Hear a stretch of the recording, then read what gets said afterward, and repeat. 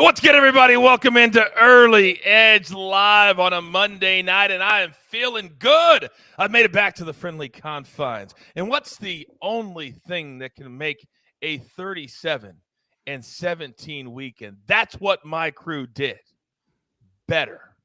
Not one Monday night game, but two. A little supersized edition of your favorite daily betting show of record. We are powered, as always, by the Almighty Sportsline, the best value in all sports betting, and it is not close. Now, when you're doing a 2-hour show, when you're doing two VJMs, when you're doing two of everything, you can't just call anybody. Not everybody is wired for this. Not everybody's made for this. My crew is. Let's bring in the stars of the show. Look who I have at my fingertips tonight. Are you kidding me? A little bit of everything.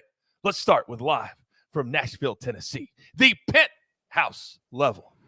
M Squared, good evening, sir. Good evening, Coach. Good evening, fellas. Everyone out there excited for these games. Still running through all the DFS stuff on Sportsline for NFL and Major League Baseball right now. It's all sorts of fun going on here this afternoon. But fired up, ready to go. Let's do it.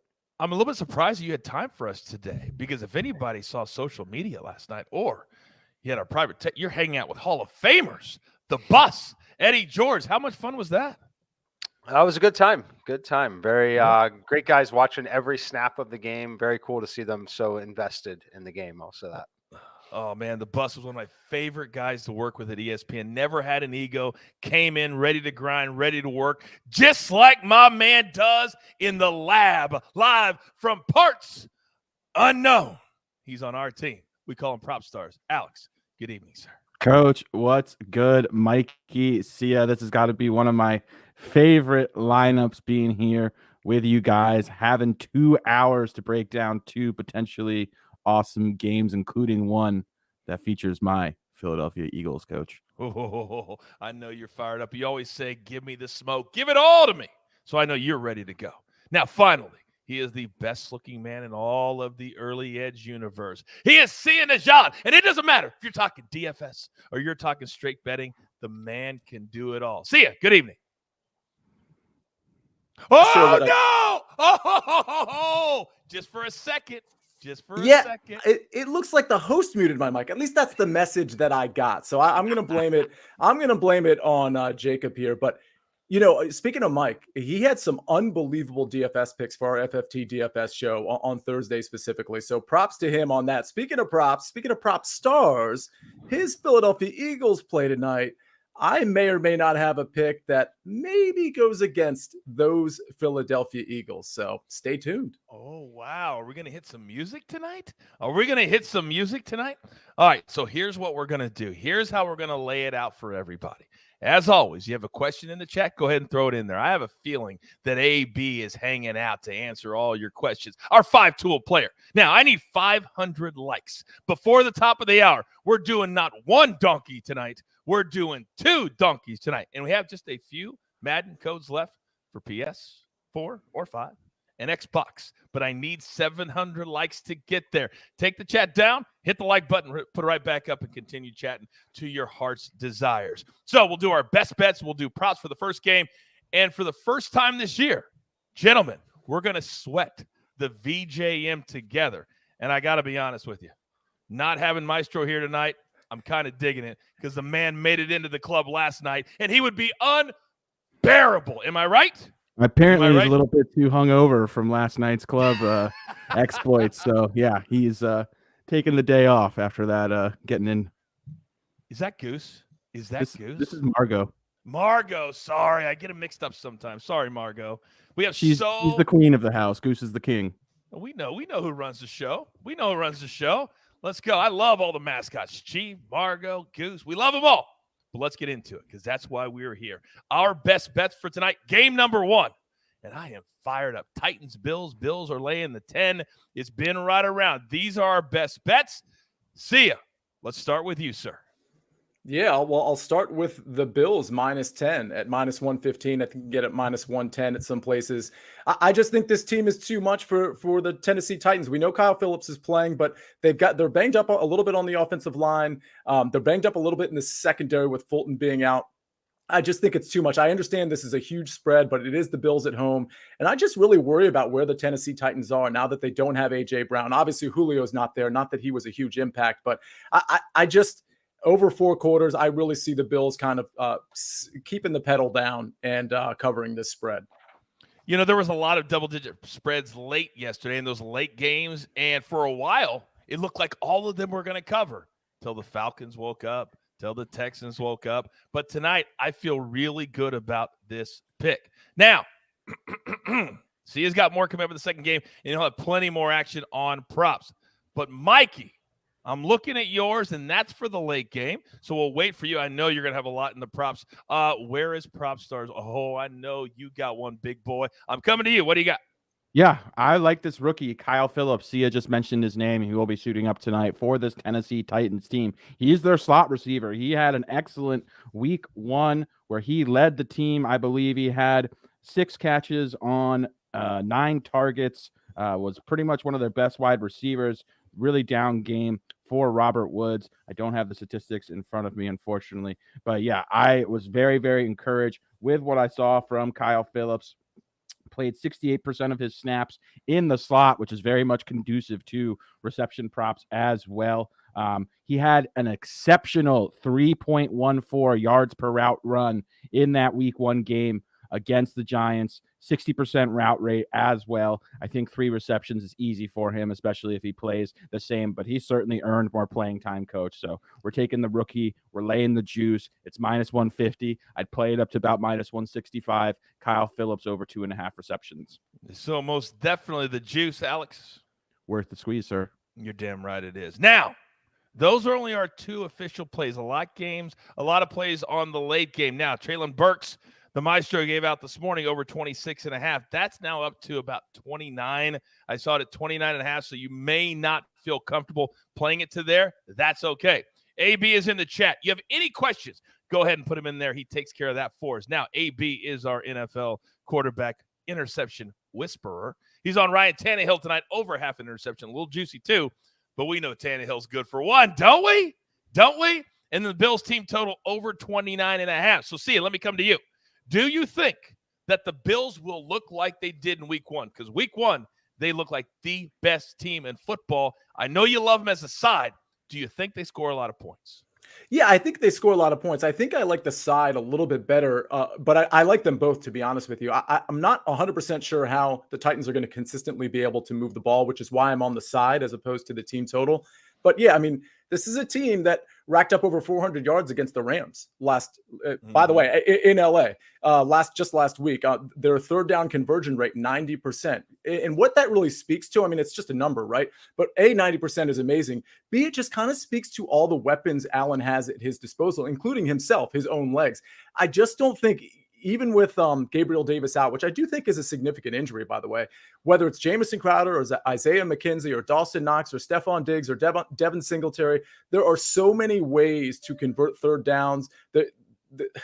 Their yards per down, even on first and second down, they were so good. I just don't think this is the same Tennessee Titans defense that always plays up to their competition, because they do, and Vrabel's a great coach, but I just think they're too outmatched here. And again, while I hate double-digit like betting against double-digit dogs, because that's not something you really want to get used to in the NFL, I think the Bills are the best team in the AFC, in the NFL, and I don't think the Titans are equipped to hang with a team like this.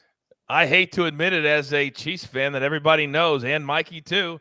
I think you're right. They looked great on offense, and most importantly, Sia, on defense against the Rams. Really, really good. By the way, I see several questions in the chat about the late game. We're not getting into those yet, so you can re-put them when we get into that. Keep it about Tennessee and Buffalo right here and right now. With that being said, Derrick Henry's receiving yards prop is 11.5 over under. Alex, let me come to you. A lot of people, when they see a number like this with a really great player, they go, oh, I got to bet the over. Why should we just be a little cautious? Running back reception props are, in my opinion, some of the most highly volatile props out there. I didn't take my own advice, and I should have avoided playing one last night. We were on A.J. Dillon's, and yeah, they're just so game script dependent, especially when you're dealing with a back or a player who's likely to be the third, fourth, or fifth progression. It's just very, very difficult to know when those targets are going to be distributed. They just have such a wide range of outcomes as far as target distribution goes. So especially when we're looking at low volume pass catchers like a Derrick Henry, who's primarily being used on first and second down. So I'm staying away from it. I'd caution people, even though it is a low number, even though he's certainly capable of taking one catch for well over 12 yards, I'd caution people to avoid these props just because I think they're extremely, extremely volatile. They really, really are. And you see a prop that's like minus 140, minus 150, it really is a coin flip. And we don't do coin flips. Mikey, let me come to you. Mark says, do you guys like this FanDuel odds boost? Allen over 200 yards. Kind of feels like a donkey a little bit. Over 200 passing yards. Derrick Henry over 50 rushing yards. Diggs over 50 receiving yards. It's plus 125. He says, it seems like a no-brainer to me. M squared, what do you say? Yes, I do like it. Yeah, I do. A man Very of few similar, I have a words. similar play on my own later, but yeah, Diggs at 50, I like. Henry at 50, I like. I do not like Henry's actual rushing prop, but I do like 50. I do think he gets to that number, and yeah, I like it a lot. All right, let me ask you too, because see it go. No, I, to be honest, I wanted to go back to the Derrick Henry over receiving prop, which I'm seeing in some places at 12.5. I completely agree with Alex when it comes to sort of the gimmicky and I shouldn't say gimmicky, volatile nature of that prop. But keep in mind that Dontrell Hilliard's not playing in this game. Is that baked into the line? Yes, of course it is. But I do think Derrick Henry is going to see a little bit more volume in that reception department because Hilliard is out. And don't get me wrong, Hilliard's not Christian McCaffrey. He's not getting that type of volume. But I do think there's probably, I don't know, maybe 3 extra targets in the game plan for Derrick Henry this week, whether that's a dump off because, you know, the rookie, the young receivers like Kyle Phillips, like Treylon Burks, like Robert Woods, who didn't flash last week. If those guys aren't getting open, I think Derrick Henry gets the benefit of some of those dump downs as a reliable target. And I think 11.5, 12.5, I would certainly lean the over there. And with the caveat of what Alex already said. Yeah, hence be very careful because there's a lot of different ways you just described that it could go. Now, Alex, let me come back to you. Does anyone like Robert Woods over 38.5 minus 110? Yeah. Looks great, Borden says. Or Bart, excuse me. Yeah, so Robert Woods is a really interesting case. We saw, a lot of people were very bullish on him coming into the season. Obviously, a lot of people thought that there would be significant volume for him considering the departure of A.J. Brown. Woods comes over from the Rams, not necessarily as a direct one-for-one replacement. You could kind of look at Treylon Burks for that, but Woods essentially should have been the guy. And then just coming off of a week 1 game, very disappointing. Only ran a route on 74% of dropbacks. You would have expected Woods to be more heavily involved with the game plan. So he wasn't even a full-time player, which I think was very surprising.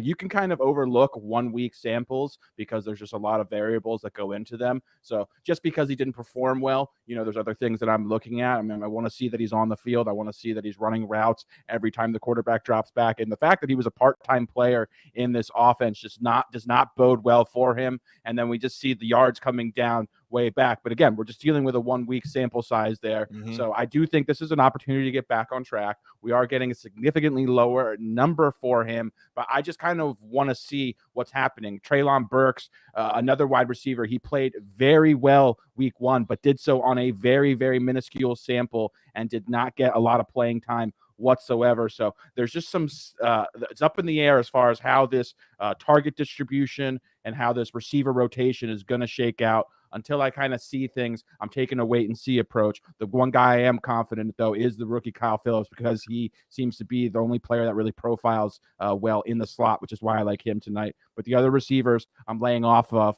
even though they have really attainable, attractive numbers.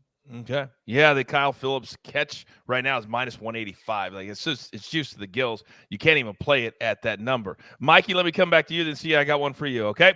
Now, we talk all the time about the big name players, and the public loves to say, yeah, I'm going to bet on that guy. Yeah, I'm going to bet. Stephon Diggs is a legit superstar. He's tough. He's strong. His number is over 6.5 on his catch prop. He's got tons of boosts all over the place. I'm excited. What do you think about Stephon Diggs tonight? I like Stephon Diggs quite a bit. I think he's in for double-digit targets. The only thing that could threaten it would be just a disastrous game from Tennessee, where we see Buffalo defensive touchdowns. Things like that could definitely hurt him and take it away. But if I had to lean on any of these, I have a little bit of an edge on the over receptions. I have a little bit of an edge on the over on the yards. I'm not going to mess with the longest reception part of it, but I do think he's going to have a ton of volume. Again, the only way that it goes wrong for Stephon Diggs is the scenario where the Bills defense really puts the clamps down, gets a defensive score or two in this game. But yeah, I like Diggs a lot tonight. Man, I love how he plays. I also like the fact that they spread it around a lot in week one, so I think the defense is going to be looking at other guys, and that routinely opens it up for Stephon Diggs. Now, let me come to you, because we know how the public loves to bet anything quarterbacks, yardage, completions, attempts, interceptions. We're already on Tannehill tonight for over half a reception, but Josh Allen, he is right now the front runner for MVP preseason and after week one. How can you fault him? But let's look at his numbers in particular, okay? So his yardage mark is 264.5, minus 129. Completions, 22.5. His attempts, 32.5, which I seems a little bit low, but he does do a lot downfield. What do you make of tonight, Josh Allen? First game at home, the crowd's going to be hyped. We know that. Yeah, I think the question becomes how much. Listen, we know that the Bills sort of keep their foot on the pedal even in the third and fourth quarter, whether the game's out of hand or not. But I do kind of question from a pass attempt standpoint and completions, like how much he's going to have to be doing that, let's say in the fourth quarter. Again, this game could be competitive, but that's not really the game script that I have. What's really interesting to me is the volatility in the passing number, because you just mentioned, I think 264.5. Yes. I'm seeing it other places at 259.5, which is a much more attractive number. Obviously, I do like Josh Allen over 259.5, but I will say this: without Gabe Davis, they have other guys to stretch the field, but without Gabe Davis, it is going to be a little bit more, I think, piecemeal navigating for Josh Allen rather than just like throwing the ball downfield like we're just accustomed to seeing. I do think Davis being out makes the passing game just changes things a little bit. So it's not an official play for me, but I still would take the Josh Allen over there in terms of passing yards. Okay. Mikey, I'm coming to you after Alex is going to be on Josh Allen rushing, so be prepared for that. But we do have a chat question. One of the players, Alex, you have loved ever since we've been working together is Dawson Knox. And in the chat, they're saying under his receiving total, it's actually juice minus 127, which tells us that the books thinks it will go under. What do you make of Knox tonight? Yeah, Tennessee's actually fairly decent with covering tight ends. I do think that without Gabriel Davis on the field, there could be a little extra targets for Knox. Knox is also the type of guy that doesn't need a lot of targets to make a big impact. He's one of the most athletic, explosive downfield tight ends, has one of the deepest A-dots of any tight end that starts in the NFL. So he's a guy that can do a lot with a little. That being said, the target floor isn't typically there, being that there's so many options on this Buffalo offense. So I'm leaning over on Knox actually, but yeah, I just don't think that the target floor is there, which is why I'm not comfortable enough to make it a play, Coach. Okay, very, very good. Mikey, coming to you. Number on the ground, pretty high for Josh Allen, 40.5. What do you make of this game script tonight? Because I love when you educate the people at home on these type of props, because they're very, very dicey. Yeah, so I like Josh Allen's ability with the legs. I think there is a ton to be said for him having an MVP kind of season. It's first home game. Like, I definitely think that we see a lot from him. But I'm going to give you my classic answer here. I'm not playing the under on it. I'm not playing it, but I'm definitely not playing an under on it. He's just got the massive upside. 41 is the number in the model for me. So if you like it, I think go ahead and play it. If you really like it at that point, it's not really bad value there. It's just, I don't know how much it'll be necessary in this game. There are many game scripts where it can become incredibly necessary. He can also pick that up on one play. He has that kind of upside. But the game script that we're most likely to see isn't exactly one where Josh Allen's going to be running often, having to extend plays, having to extend drives. You typically want him in what is going to be a lot more of a competitive game, or at least to be projected that way. So I'm not playing it, but I'm not playing the under either. When Mikey says necessary, for those of you who are brand new or relatively new, what he means by it, the Bills may not need him to do more than being an average quarterback tonight. They may not need him to do that. That's what he means by necessary. Alex, go. One thing I did want to state regarding the Bills, regarding this game that I think is advantageous actually for Tennessee is the way to beat Josh Allen is not blitzing him. He is one of the best quarterbacks. I believe I have the stat in front of me that of every quarterback under pressure, he was the highest graded quarterback in the league last year, according to PFF. So the way you beat Josh Allen is with good coverage, and that is something actually that Tennessee has done really well. They did that really well in week 1, even versus the Giants as well. They were 4th in pass rush grade and 5th in coverage grade overall. So I actually like this matchup for Tennessee to kind of give Josh Allen some problems. And I think without Gabriel Davis as well, who is an absolutely elite weapon, we saw the impact he made in week 1 was phenomenal. And I also think his presence is just a massive boost for Stephon Diggs as well. The two of them were just unguardable. I think Diggs finished with a 4.11 yards per route run, while Gabe Davis was over 3, which is just unheard of stuff, Coach. But yeah, I actually like this matchup for Tennessee. I think they're going to kind of make Josh Allen struggle a bit with their coverage. Okay, very, very good. By the way, in the chat, my man Jeremy says, Coach, help me out. Will Thielen get a touchdown tonight? That's in the next game. We're going to start talking about the next game at 7:15. However, Alex, if you were to predict, if somebody on the team was to predict Thielen's touchdown, what would you say? I like it quite a bit, Coach. I don't want to ramble on too much about it, but Thielen's kind of like a tight end that plays wide receiver for the Vikings. And yeah, I will save that for the next hour, Coach. But I like it. I was teasing because I think somebody has picked in the VJM, perhaps. That's all I'm saying. All right, now. That's the rumor. That is your rumor. All right, now. We talked about Josh Allen, but there are, last time I counted, 2 quarterbacks playing tonight, right? And the other one, people in Nashville, Tennessee, have been screaming, let's get rid of Ryan Tannehill. We don't like him. Well, last week didn't do him any favors. Here's his numbers. 213.5. Low. Plus 103. 19.5 completions. 31.5 attempts. And we know as an official play, AB is on his interception prop at in that minus 140 area. How tough do you think it's going to be for Tannehill tonight?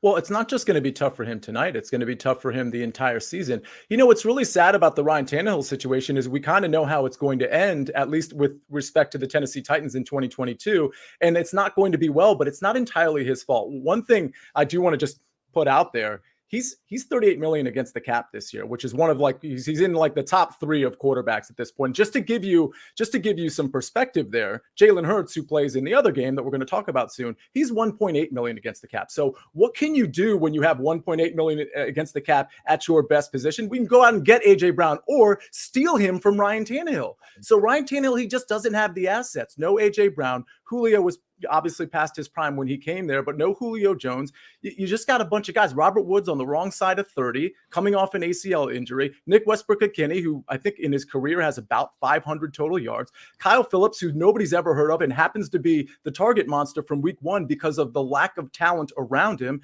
Treylon Burks, who they drafted high but is still really young. Yeah, it's just really problematic. And also an offensive line that has some injuries. It's just really problematic for Ryan Tannehill. So when I look at these numbers, my lean would be to the over on the total passing yards and the completions, just because of what I think this game script is going to be. 216.5 it's a really low number. I mean, that's a really 213.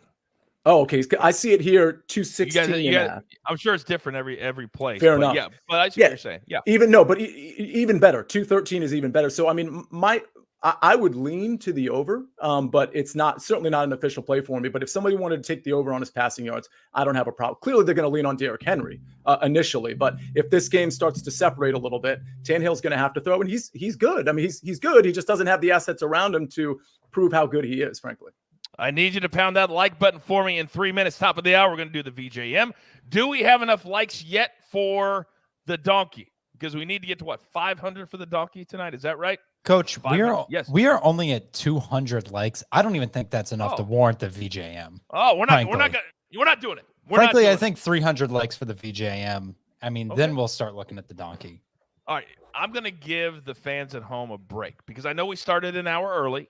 They're not normally used to that. So let's go 300 likes We'll do the VJM top of the hour. I've got a couple more questions for my guys. And then 350, and we'll give away the donkey. 300 and 350. Then we'll give away the donkey. And also, for those of you who came early, we got a chance for one of you very lucky people to win a cool, cold $100 cash. Information coming shortly. Mikey, let me come to you. There's one very big name that we have not even talked about. We've barely even brought him up, but yet his prop number on the ground in a game script that we've just discussed that the Bills should be ahead the entire game is 102.5 for Derrick Henry. I like the under. Tell me I'm wrong.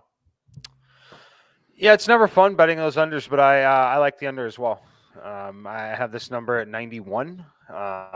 Yeah, I like it. I do think he's going to have plenty of opportunities still to get there. He's always a threat to break one, but I'm definitely not playing the over on it. I haven't played the under for sure. I haven't played the under yet, but the computer says I should be.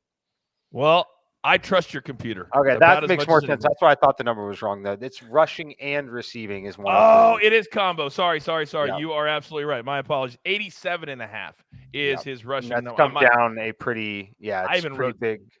Yeah. It was 90. It's definitely been getting hit towards the under. No play, nothing to even get close to playing on that, in my opinion. But I'd love to hear what Alex has to say about it. Go, Alex. Yeah, so obviously paying very close attention to Derrick Henry. I was really looking forward to that week 1 matchup just to see how he looked because we saw his efficiency really drop off last season. I was curious if that was going to carry over to this season in week 1. After week 1, he was 21st in rush yards over expected. So, yeah, not the best start for Henry. I like fading him as well. We do know there is going to be some significant volume, though. He is going to probably flirt with 20 plus rushing attempts, cook them for 143 yards last time these teams met, but I expect Buffalo to be a lot better this week, tonight versus Tennessee. I cannot wait for the second game and to hear you say, can we let Dalvin cook tonight? I'm just waiting for that. I can't wait. There's a bunch of chefs on that offense, Coach. That's very, very true. All right, so right now for the first game, we only need 300, 500 for the second game, and then 350 here. Are we getting close, Jeweler, as we have hit the top of the hour? We have passed that 300 mark. Boom. All right, so we're going to do the VJM. I need 50 more likes in order to give out the donkey, which is the most fun play that we give out here at the Early Edge. We love it. You love it, but you have to earn it. 50 more likes. But here's what the VJM, for those of you who want to play along, it's so much fun. And right now, probably the man that's been in the club in his life the least in this crew is in the club. The Maestro's hanging out all by himself. Let's change that tonight. We got 2 chances to get into the club. So I'm looking at it. And I love that Mikey's getting a little creative. M Squared, you're up first. A little mute action there. There we go. All right. Look, I like a play that's on the board here. I saw someone else already had it. I wasn't going to play it again at that point. So I do love Jamison Crowder, but I'm going with the Bills defense and special teams in this game, plus 2,800. Look, it's rough out there for Ryan Tannehill. The Bills defense and the crowd will be fired up in this game. The only problem here is the Titans need to get the ball first for this to happen, but I like it a lot. I think he's going to throw an interception, have some sort of a turnover early in this game. Bills take it to the house, maybe hurts some of the player props on the Buffalo side as they go up 7-0 from the defense. But I like the Bills defense to get the first touchdown of the game tonight. I feel like if you get into the club on a Bills defense or special teams, the club should give you an extra bottle. Like that should be, it's free bottle on us. Don't even worry about it. We got you. That's how great this would be. Now, I told you guys, I had a little surprise for you. Then the bosses literally just called me. He says, Coach, do it right now. Okay? They tell me, I do it. Jeweler, show your face. What do we got, big boy? What are we doing today? Coach, I know that all of us cannot stand the fact that Larry the Maestro Hartstein is in the club ahead of any one of us. I've been to that feeling before where you're in the club and no one else is there. You arrive too early. You're looking around and it's like, Will Smith and Fresh Prince. You're just looking at the empty furniture and you're like, what am I doing here? This is what I'm going to do. We're going to put a bounty on the head to get into the club. You'll notice I don't have a pick there. That's I true. need everyone in the comment to spam me with who is your pick for the VJM, your personal pick. And if the commenter I select, once we go around, I'll select someone.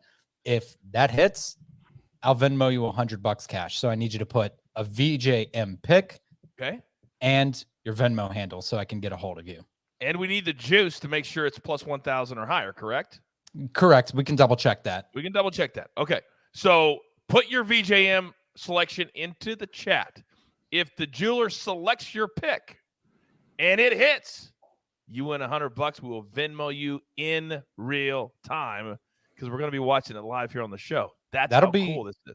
Yeah, that'll be my thanks to you for letting me into the club. You're a giver, man. You are a giver. giver. The man who runs the brand. He's the executive producer of the whole umbrella, and he's doing it for you at home. All right, I like it. All right, so we already see a couple going in there. Burks, Kyle Phillips. We got some for the jeweler to select. So let jeweler handle that. Let's get back to ours. So we heard Mikey. I love the creativity. And now Prop Stars chomping at the bit. I can't even imagine you and the maestro in the club at the same time together. Let's go. It'd be a weird scene indeed, Coach, but it might get kind of crazy too at the same time. So you never know. I want to throw this out there. I thought that was a very nice gesture of jeweler offering, giving back a little opportunity to our viewers. When I inevitably make the club, which I feel like is going to happen tonight, I know a very other handsome member of this esteemed panel agrees with me. But when I make the club, I bet all these props that I put out personally, which I'm sure is not a surprise to any of you, I will offer up 25% of the profit that I make when I hit the club to a Lucky Sportsline subscriber or listener or viewer. So just throwing that out there, 25%. If Jamison Crowder scores the first touchdown, gets me and Sia in the club, I will give you 25% of what I bet on Crowder to score the first touchdown. So we'll have to figure out how to pick them. Yes. I mean, as $100 better that I know that you are, $25 is so incredibly cheap of you. What? So yeah, right. real quick, I want to give you just a touch of analysis on Jamison Crowder. Please. Love him tonight. Seemed like the preferred target anytime the Bills were playing against the zone defense. McKenzie, when he was on the field, he was operating mostly against opposing man coverage as well. Also, Crowder just being the kind of savvy veteran he is, he understands how to find these soft spots against zone coverage. Tennessee runs more zone coverage than man coverage as well. So I expect Crowder to be on the field quite a bit. Obviously, we know Gabe Davis being inactive tonight. So I like this matchup a lot. I think he's going to play some in the slot. I think he's going to play outside a bit as well. And I just think he's going to be able to exploit some of Tennessee's coverage. So love me some Jamison Crowder. And I feel great that the most handsome man in sports betting is also on the pick as well.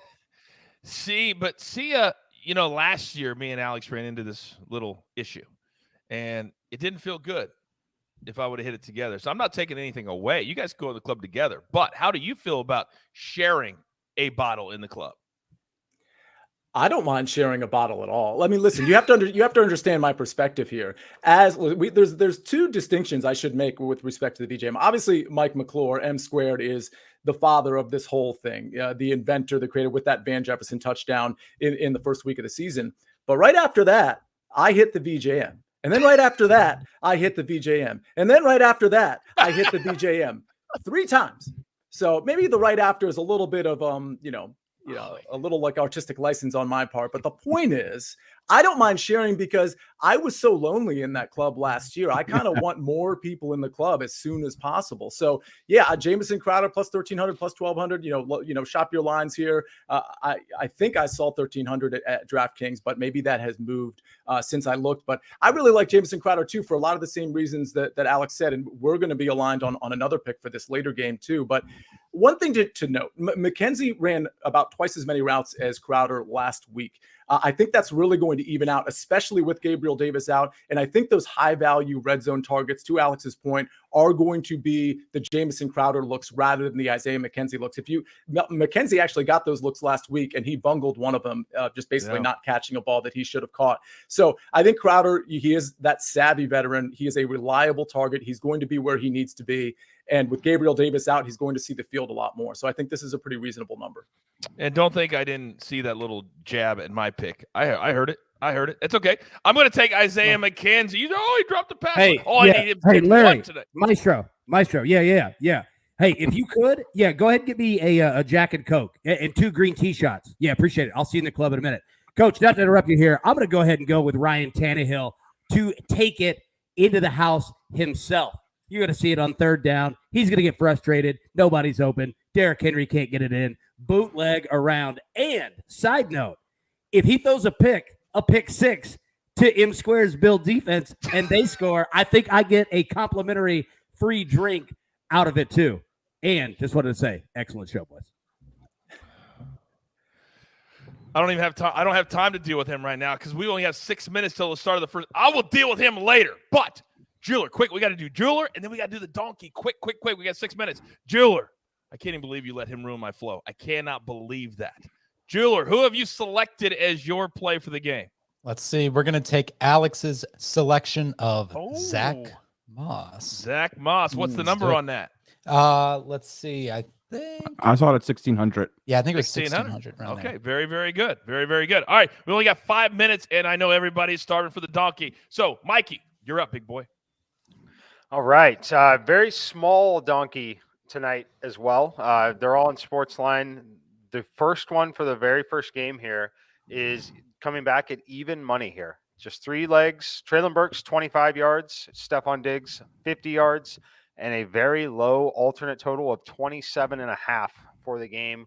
We need 4 touchdowns in the game. This is an even money play here. Oh, I like it. I like it. 2 donkeys tonight. Look at it very quickly.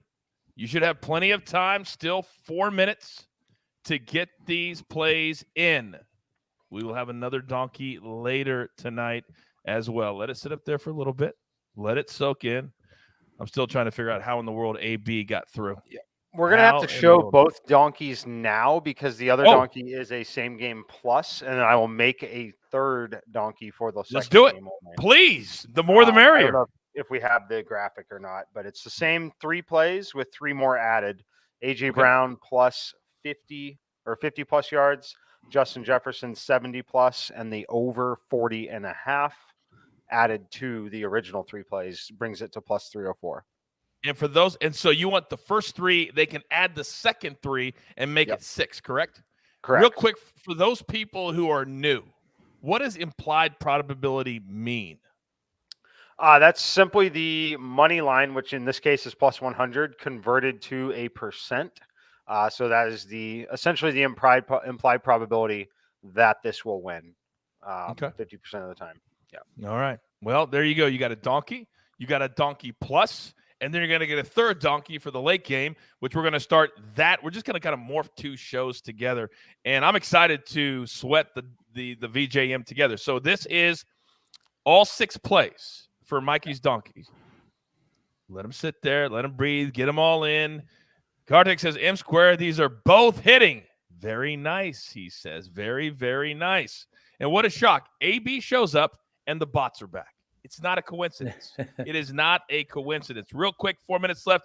Jeweler, let's go ahead and throw up our best bets for people who joined at the top of the hour for the early game. You still have 3 minutes to get those in quickly. If you have one, just, Alex, what is your best bet for this game quickly? Kyle Phillips over 2.5 receptions. Okay, minus 150. And one reason why, just one. He's the Titans slot receiver, and I feel like he has the safest role on the team. Boom. Now, see ya. You're on the Bills. Why? Yeah, I got the Bills minus 10. You can get it at 9.5 in a lot of places. I just don't think the defense is going to be able to keep up with the offense here. You got Harold Landry, who's lost for the season, preseason, and then you got Christian Fulton, who's out for this game. So I think over 4 quarters, you're just going to see too much from Josh Allen specifically. Mikey, we had a chat question. First half, Bills minus 6.5. Talk to me.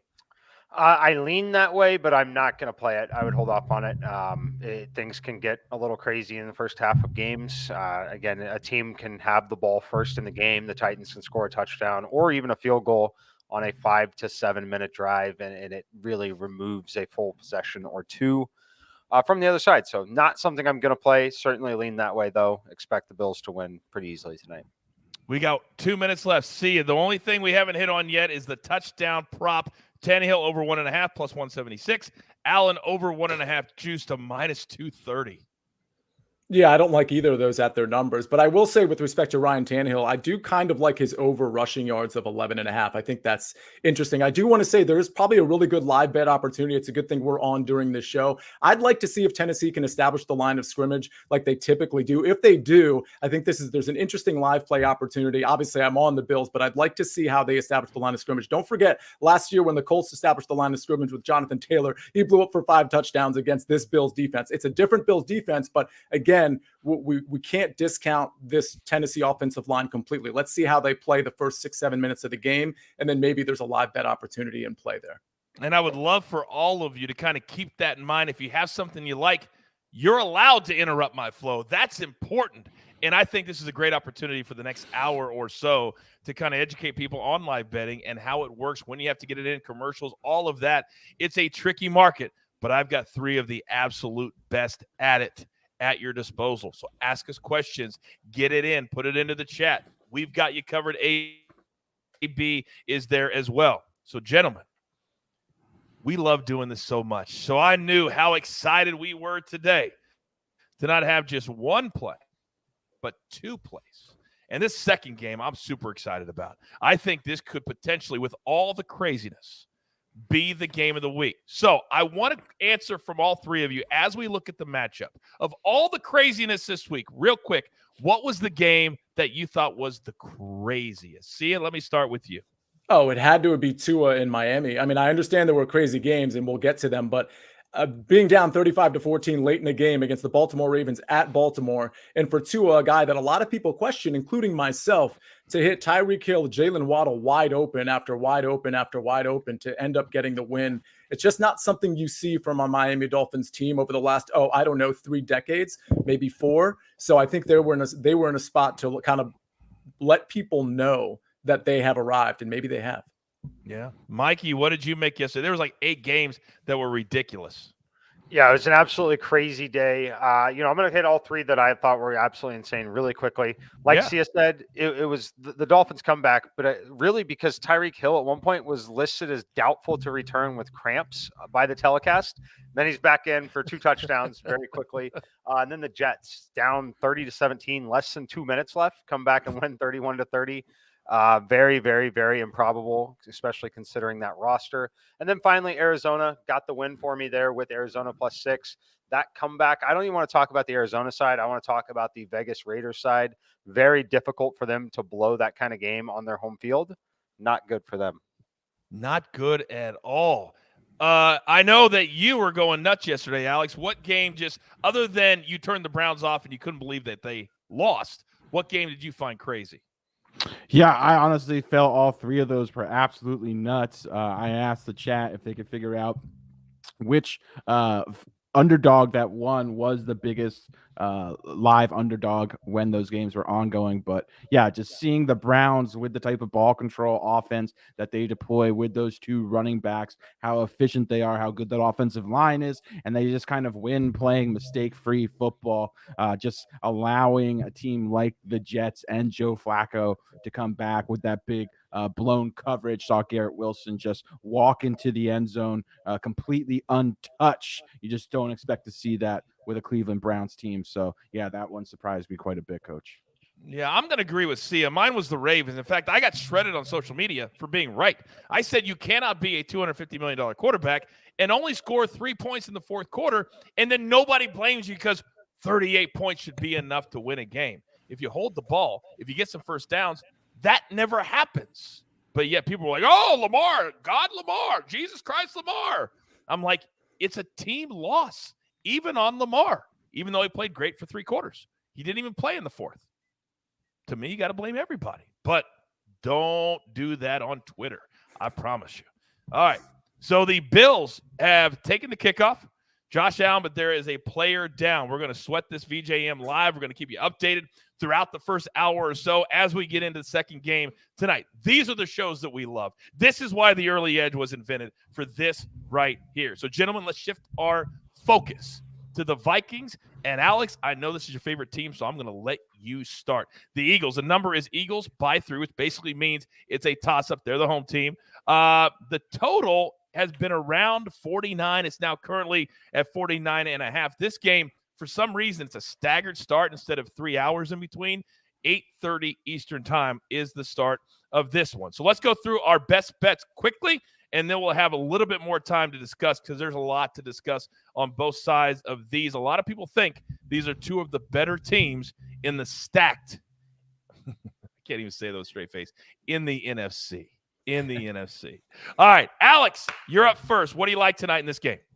Yeah, I love Dalvin Cook, over 69.5 rushing yards. This number is just too low for Dalvin, coming off a 20-carry, 90-yard performance in Week 1 versus the Green Bay Packers, who are no slouch as far as the run defense, although you couldn't tell that last night against Chicago. But just a huge workload for Dalvin, played 77% of the snaps. This guy has averaged 90-plus rushing yards over his last 3+ seasons, Coach. I actually think there's also a great chance we might see a career year from Dalvin Cook in this new look Minnesota offense with Kevin O'Connell calling the plays. The Eagles, as far as the matchup is concerned, look like they're willing to go into shootout mode. They ranked just 20th last week in PFF's run defense grade as well. So this should provide an excellent game environment to let Cook this week as well.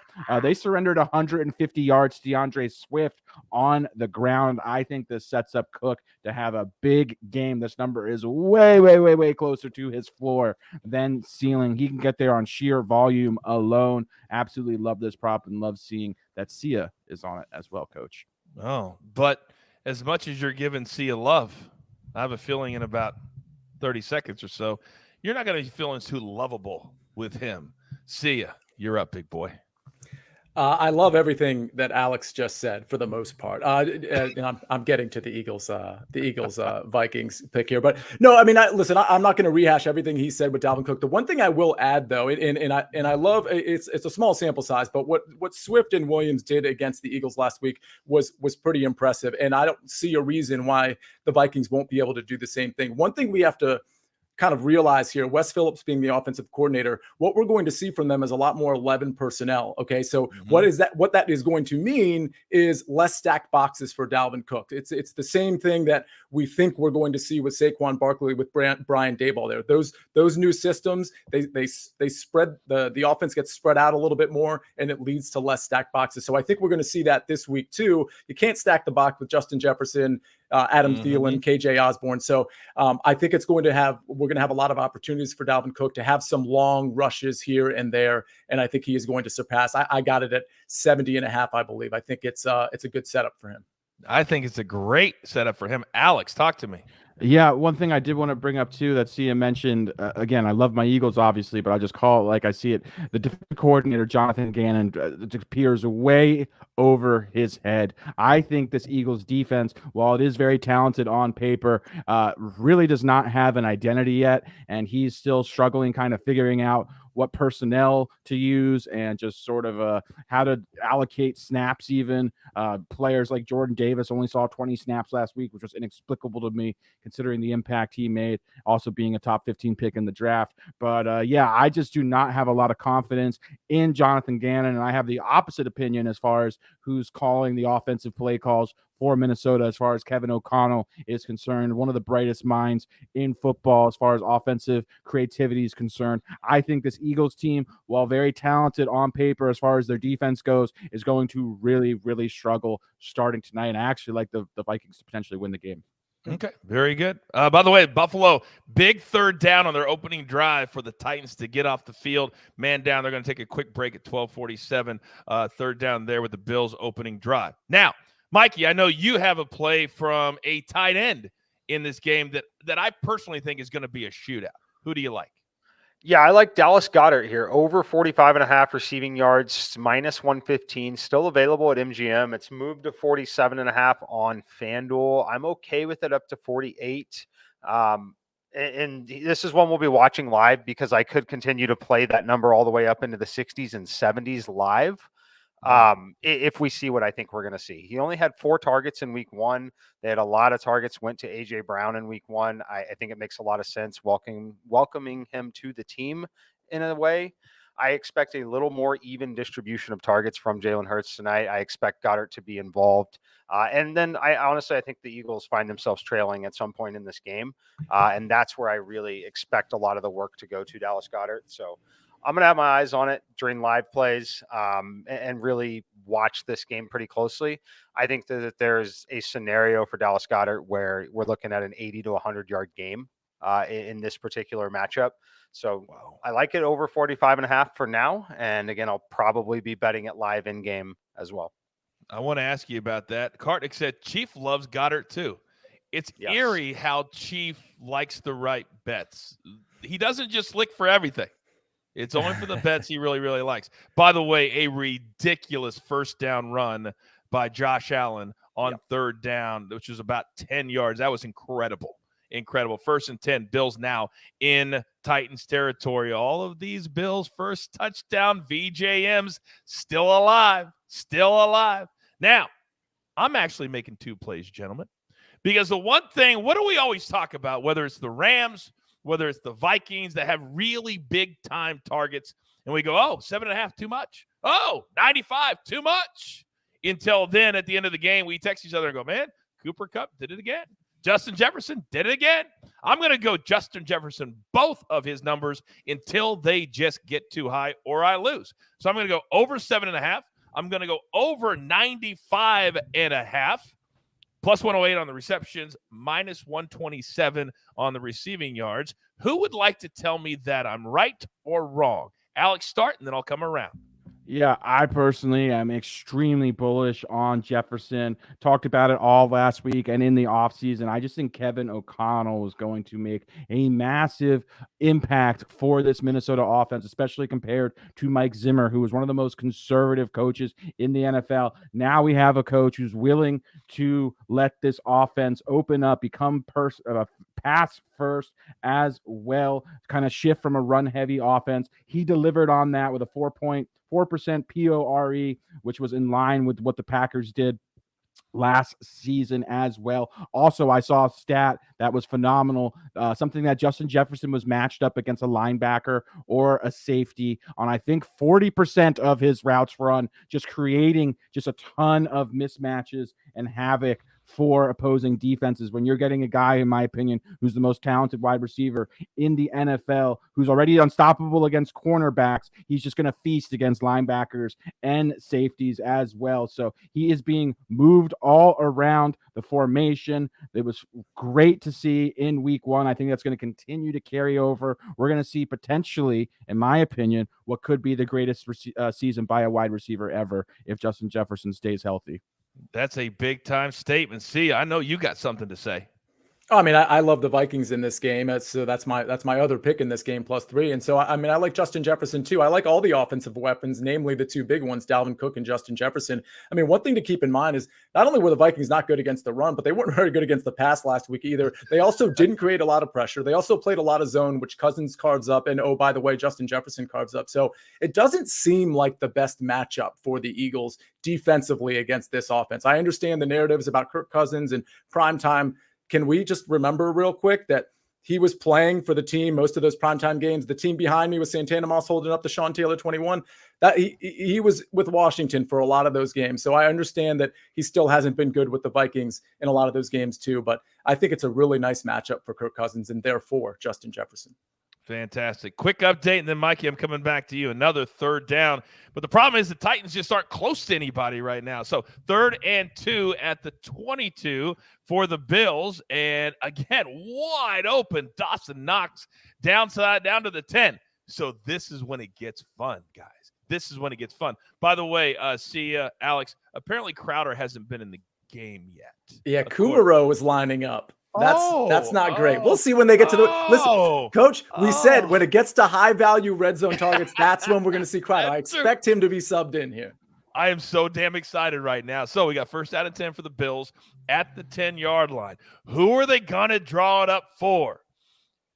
Mikey, my question for you is way too important to ask you right now because it's a great education process. So I know I'm a little bit back because I had to move my set. I'm on a laptop. So if something happens, don't ruin. Oh, okay, now we got a timeout. We got a TO. Great timing. Mikey, we talk about live betting all the time. We talk about how you can really get lost if you don't know what you're doing. When you think about live betting, what is your philosophy?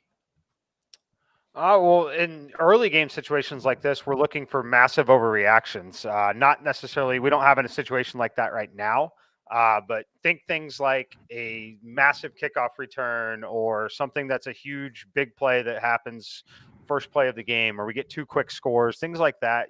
You typically see a lot of inefficiencies and overreactions in terms of like totals, not only in player props, but mostly in the actual game.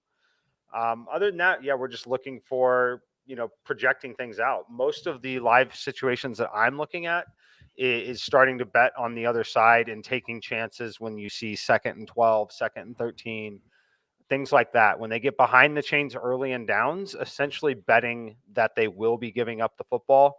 It's the best way to get value on the other side.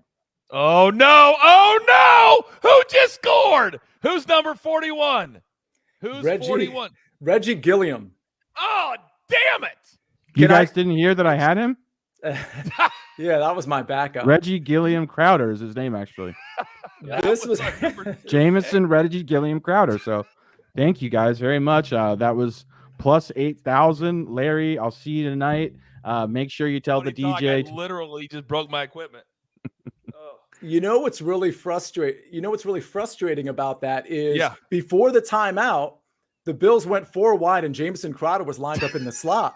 And then they called a timeout. They went with a completely different package. Where was Isaiah McKenzie? They both were on the sideline. Coach, they heard you had them, and they're like, ew. They took them both.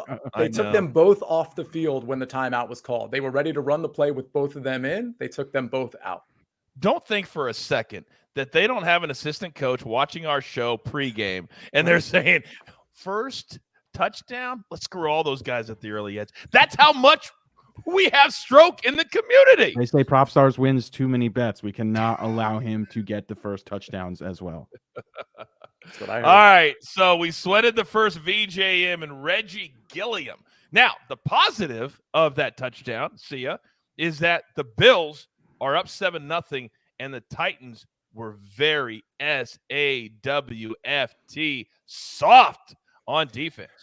The thing is, what's so interesting, it's really kind of a game of inches here. They were pretty good on the first few downs, and they put Josh Allen in a 3rd and long, and he just made a Josh Allen miraculous play and kind of barely hurdled over this imaginary line that we see on TV. So they almost got themselves off the field and almost got some momentum getting the Bills off the field. But this is the way it is when you bet against Josh Allen teams, Patrick Mahomes teams.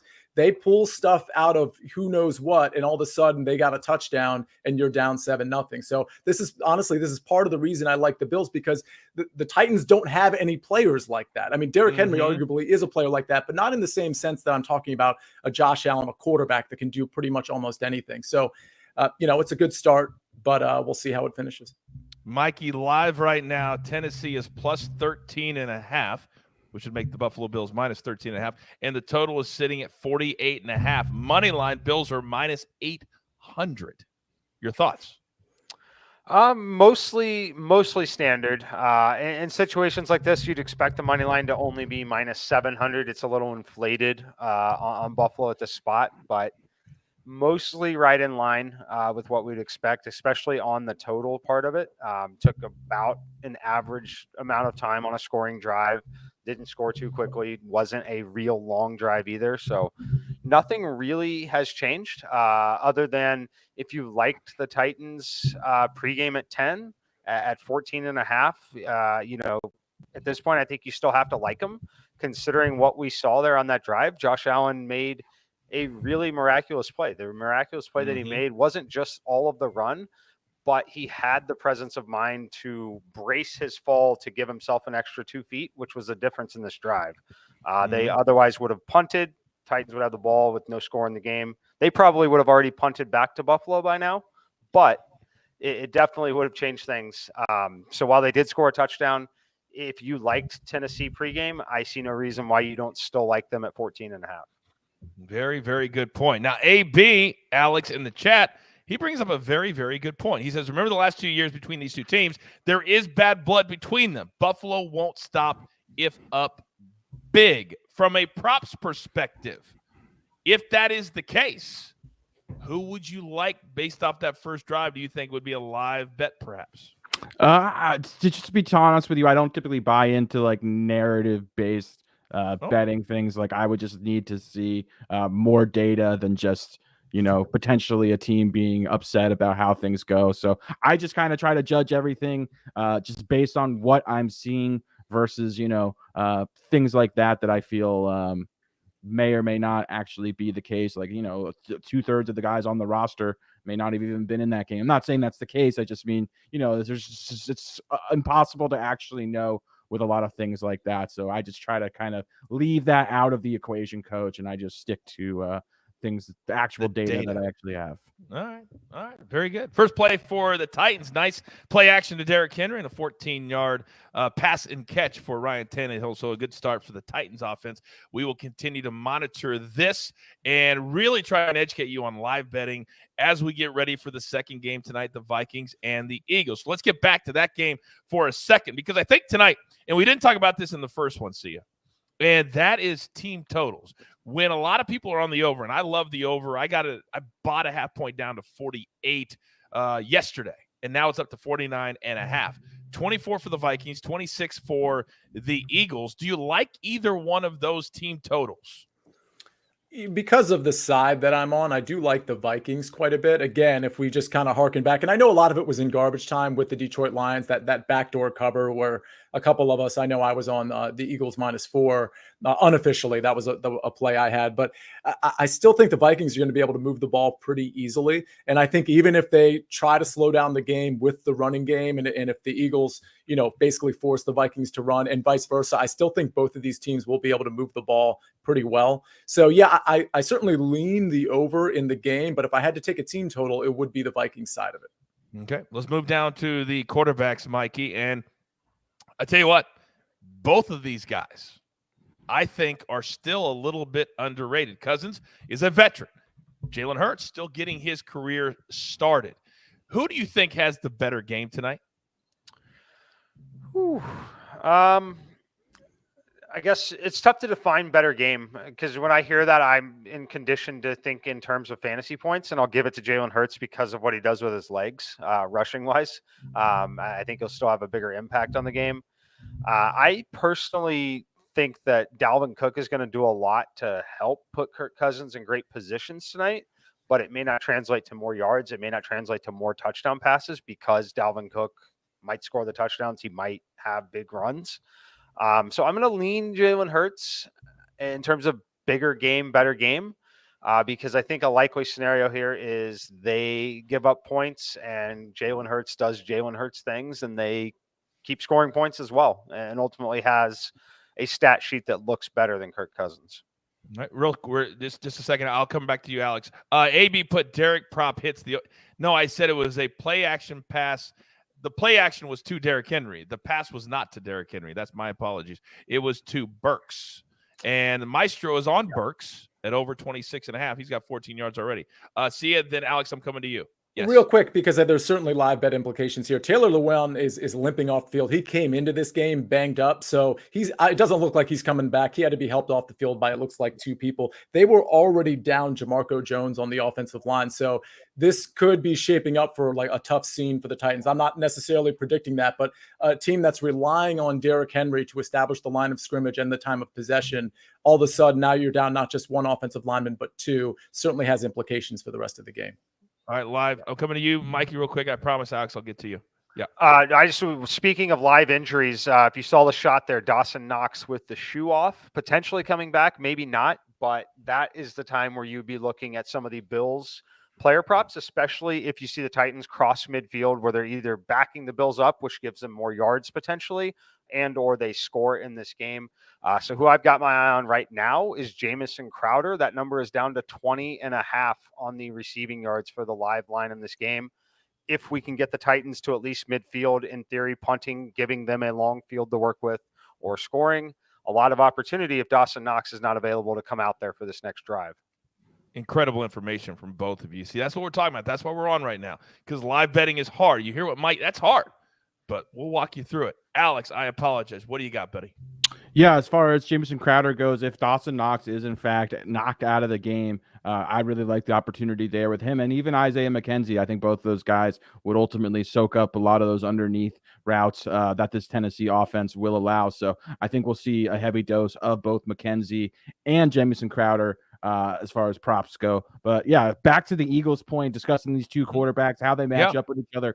I just think with the Eagles' offense, it's still speculative. We still don't exactly know the identity of what this team is going to look like. We have one game sample size where we saw A.J. Brown. It was against the Detroit defense that really kind of allowed the Eagles to get whatever they wanted. We saw a massive target share for A.J. Brown. Didn't really see distribution go anywhere else. We saw the running game was functional. We saw Miles Sanders have a good game as well. So I still think it kind of remains to be seen with this Eagles offense. Are they going to be pass heavy? Are they going to be run heavy? They have the talent really to kind of do whatever they want. They're still forming their identity. When you add a guy like A.J. Brown, who's an alpha, a true alpha wide receiver one, I think it really gives them kind of a good problem to have, in that they can go a lot of different directions. So I'm really going to be paying very close attention to what this offense looks like in week 2 after what we saw they did in week 1 against Detroit.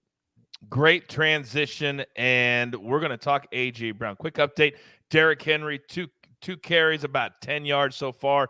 But the Titans have utilized a big Buffalo penalty, and now, like Mikey was talking about, they're into Buffalo territory inside the 35. So keep an eye on those live props, and Mikey will keep you updated. Now, see ya. Let's talk about A.J. Brown, because when he went to Philadelphia, he told the entire world, I'm going to show you just how damn good I am. So his number tonight, over 5.5, minus 121, 73.5, minus 116.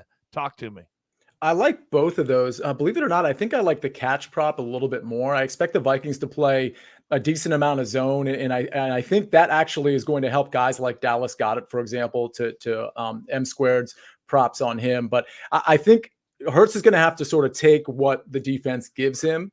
And I think that's going to be a lot of underneath stuff. Two guys like Dallas Goedert, maybe Devontae Smith, and also A.J. Brown. But I just wonder if that's going to limit A.J. Brown's yards. I don't want to treat A.J. Brown like, and I understand the yardage is different, like he's, Cooper Kupp or Justin Jefferson. We're not really sure about that yet. And we're not sure what his volume is going to be game to game.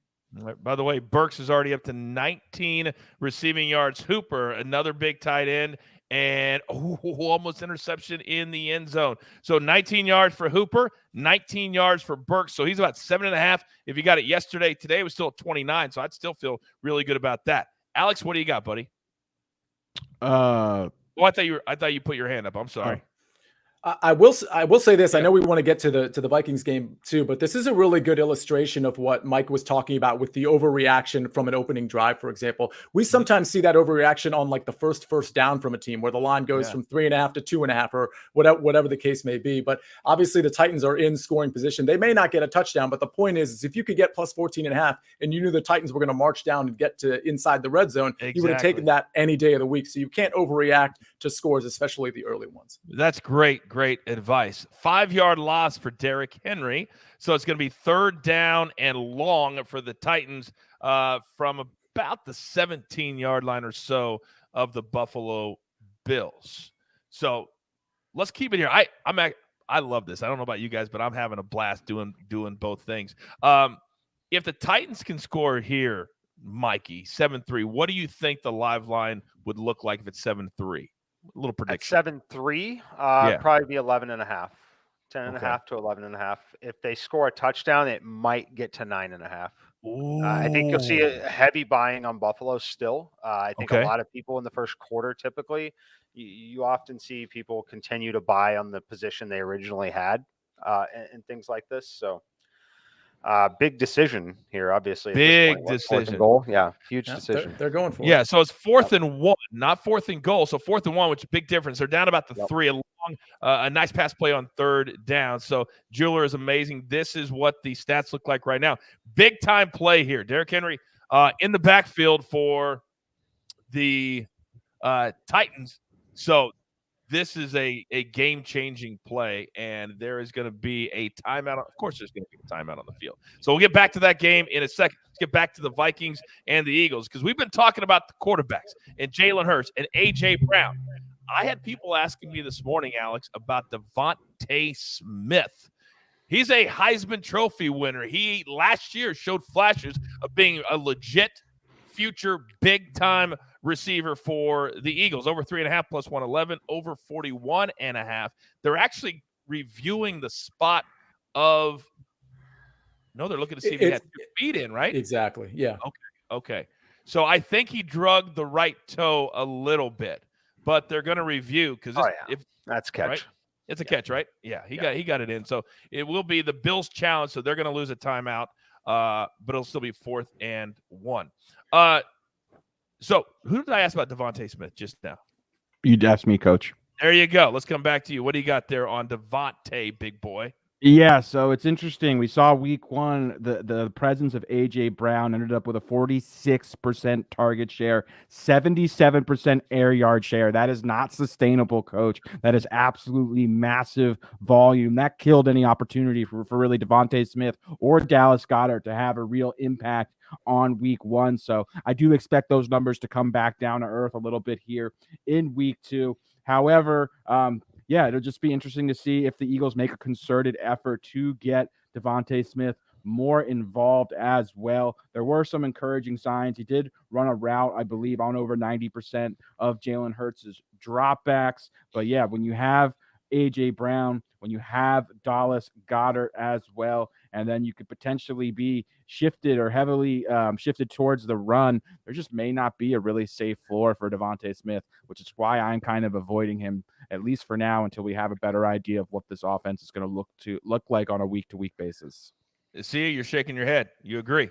Yeah, I agree. I mean, I don't know especially in this game, I'm not sure what the target distribution is going to be, but I do like the idea of a Devontae Smith bounce back and a A.J. Brown sort of coming back to reality situation, which is why in DFS, I played a few lineups in the 2-game slate, and I peppered in Devontae Smith. I didn't play much of A.J. Brown just because I assumed he'd be very popular. With all of that said, I do think Goddard, to Mike's point, is going to be I think he could out-target everybody on the Eagles side of the ball. That wouldn't shock me at all. So that's a guy I would be looking to rather than Devontae Smith and even A.J. Brown. Fair enough. Incredible information from you gentlemen. Kartik says things don't get better than this. If you're a football fan, if you're a sports betting fan, this is Shangri-La. This is heaven. Now, great producing by me. There you go. The review is over. It is a catch. The ball is sitting at the 2. They need to get to the 1. This is a big-time play for so many reasons. The spread, the totals, everything could change. Live betting. I love it. So, 4th and 1 from the 2. Oh, I think it was a false start. They don't, and it's going to be a Derrick Henry touchdown Titans. So anybody that had an anytime touchdown score from Derrick Henry, does anybody know the number on that today? Anytime touchdown score? I don't remember. If I had to guess, it was probably anywhere from minus 125 to plus 125, depending on. I think it was minus 120. I saw minus 120. Yeah. So, all right. So Derrick Henry had 4 carries, 9 yards, and a touchdown. So give the Titans a lot of credit. And they came right down. The crowd's going bananas. They tie it at 7. So let's talk live for a second. As I look at it, Jeweler, what do we have live? All right, 7. So now right back down 7. 7 and 7.5. Yep. 7 and 7.5. So right back, basically. Now, would this be the time, Mikey? If we liked Buffalo at minus 10, should we take the 7.5? You lean that way for sure. If you like Buffalo at 10, 10.5, especially at 10.5, if you were on them at 10.5, you're okay at 7 here. The only thing that we have to talk about is the fact that we don't know a status on Dawson Knox. That is still a pretty significant loss when you consider that they're also without Gabe Davis. Again, though, if you liked Buffalo, yes, it was a decent drive. A penalty aided that drive pretty significantly as well for the Titans. But yeah, I personally would make the spread 9 still, not not 10.5, not 10, but certainly not 7.5 at this point. Still 5 minutes left in the first quarter. We know Buffalo can score at will most of the time. We have no idea if Tennessee can replicate that drive. That's 100%. Greg in the chat says, can we get you guys to announce a game every single week? This is awesome. Way better than the normal broadcasts. I agree. I've pitched for the bosses of CBS a Manning type cast that they do on Monday Night Football with us that's strictly betting in football and in golf. We need it in golf too, but also we need to do it in football. We're trying to get there. Just give us some time. But trust me. Also, I know a lot of you have been here for the entire show, and we appreciate that. But a lot of you are new. Please go hit that like button for me, then put the chat right back up. We've got AB in the chat answering any and all questions for you. And then, of course, I got the three of the best sports betting minds in America at your disposal. Mikey, talk to me. Just Dawson Knox is on the field here for those curious about that situation. So it looks like it was maybe just a retape, but at least I believe he is. I could be incorrect on it. I believe I saw him in the huddle before that play. Okay. Stephon Diggs gets a big first down catch. Looks like it's about 20 yards. I got to tell you, Alex, as I'm watching this defense from Tennessee, it is literally pitch and catch for Josh Allen. So if people are on his props, I got to feel pretty good about that right now because he's not getting pressured and he's finding a lot of different receivers. Yeah, Coach, just to kind of put into perspective how good Josh Allen and this Bills offense looked in week one, the best stats that I could illustrate that with that I personally came across was even after the Bills wrecked the Rams, who are a very good defense, in my opinion, at least an above average defense.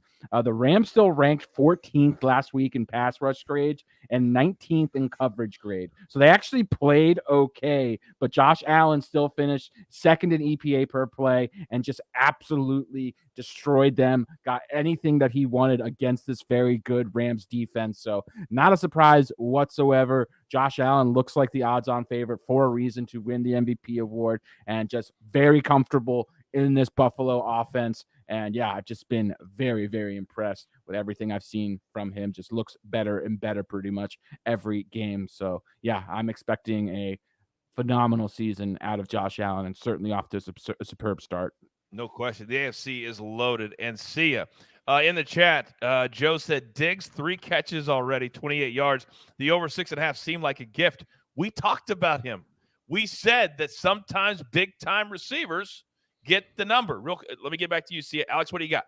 Yeah, and just without Gabriel Davis on the field as well, sort of operating as that clear-cut number 2 wide receiver, it's just, yeah, I actually regret not taking a closer look at that 6.5 number for Diggs. I know, obviously, we're still 4 receptions away from cashing it, but just seemed very logical that, 3 receptions away. He caught one while you were talking. Caught one while I'm talking, but yeah, crazy? He is going to have a huge, huge season if he stays healthy. Coach, did you know that his week 1 performance versus the Rams versus Jalen Ramsey, who is, arguably the best cover corner in the NFL, that game where he went over 100 yards would have been his highest total all of last season. So that's how good Stephon Diggs looked. That's the type of impact that Gabriel Davis is going to have opposite of him, and that's the kind of season Stephon Diggs is going to have this year, in my opinion. I really think that if you're looking at the top wide receivers in the NFL, it's Justin Jefferson, it's Cooper Kupp, and then it's Stephon Diggs right there with him. So I expect him to have an absolutely massive season.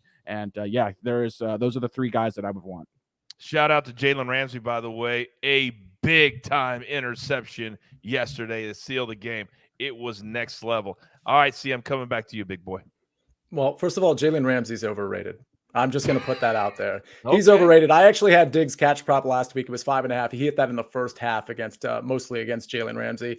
This is a guy, I know this is off topic, but this is a guy who gets away with pass interference all the time because he's a big ticket player and he knows how to interfere with receivers. He never extends his arm. He just creates a 90-degree angle so you can't really see it. And then he tugs on a shoulder pad or a jersey. He does it all the time. Anyway, Stephon, I mean, I don't know what you were driving at, but the Stephon Diggs. He caught another one. But he caught another one. I get it. But the other one that he caught while Alex was talking was ruled incomplete. So I'm he's sorry. actually only on 4 now because they ruled it. Thank They got a penalty, so they got the yards He's anyway. only going but to it was- finish with 13 receptions instead of 14. I know, exactly. Exactly. Go ahead, sir. So it's right now he's at 4 for 37. I believe his number was, let me make sure I got it, was 77.5. So he's almost halfway there in the first quarter. Yes, Alex. What I like about Diggs, what I like about Josh Allen, what I like about this offense is that they don't seem to have really big egos either.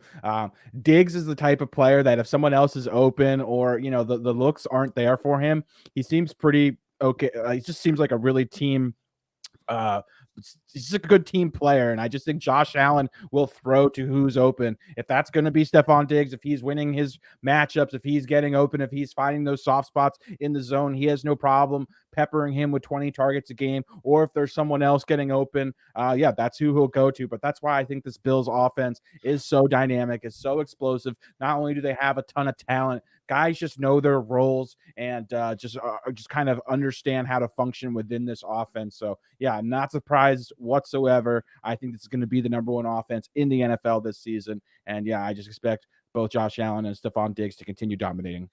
They know their roles, and as The Rock used to say, they shut their mouths. To your point, so far, six receivers, Mikey, Josh Allen has completed passes to or targeted in the first half. In fact, 5 has been completed, and he also targeted McKenzie. So he's already spreading it around the first 13 minutes. Yeah, he's spreading around in the first 13 minutes. One player he has not spread it to is Jamison Crowder. He has definitely played a limited number of snaps, so we're going to continue to monitor that. The interesting thing on that one is if he doesn't score, or if he doesn't have any sort of action on this drive, that number is going to be down to 14 or 15 on the live line. Oh! With likely one play. Sorry, Mikey. No, Big you're good. fourth down stop. My apologies. They faked it up the middle. Titans didn't bite. They stopped Buffalo on fourth down at the 30. So a big time stop. And you can see live on the air, Sia, the number just changed. I'm going to play it right now before I lose it. 5.5. 5.5. Do you like that? I mean, I totally get it. Obviously I'm still on the other side with the unfortunate number of -10 right now, but yeah, I don't hate it. The way the Titans moved the ball was pretty well. The Bills cannot run the ball. I think they might need just to abandon that against the Titans. I mean, it's not a play I would make either way, even if I didn't have anything on this game. If it was 7.5, I think that would be a little different for me. Maybe 8.5, but I don't really like it here at 6.5.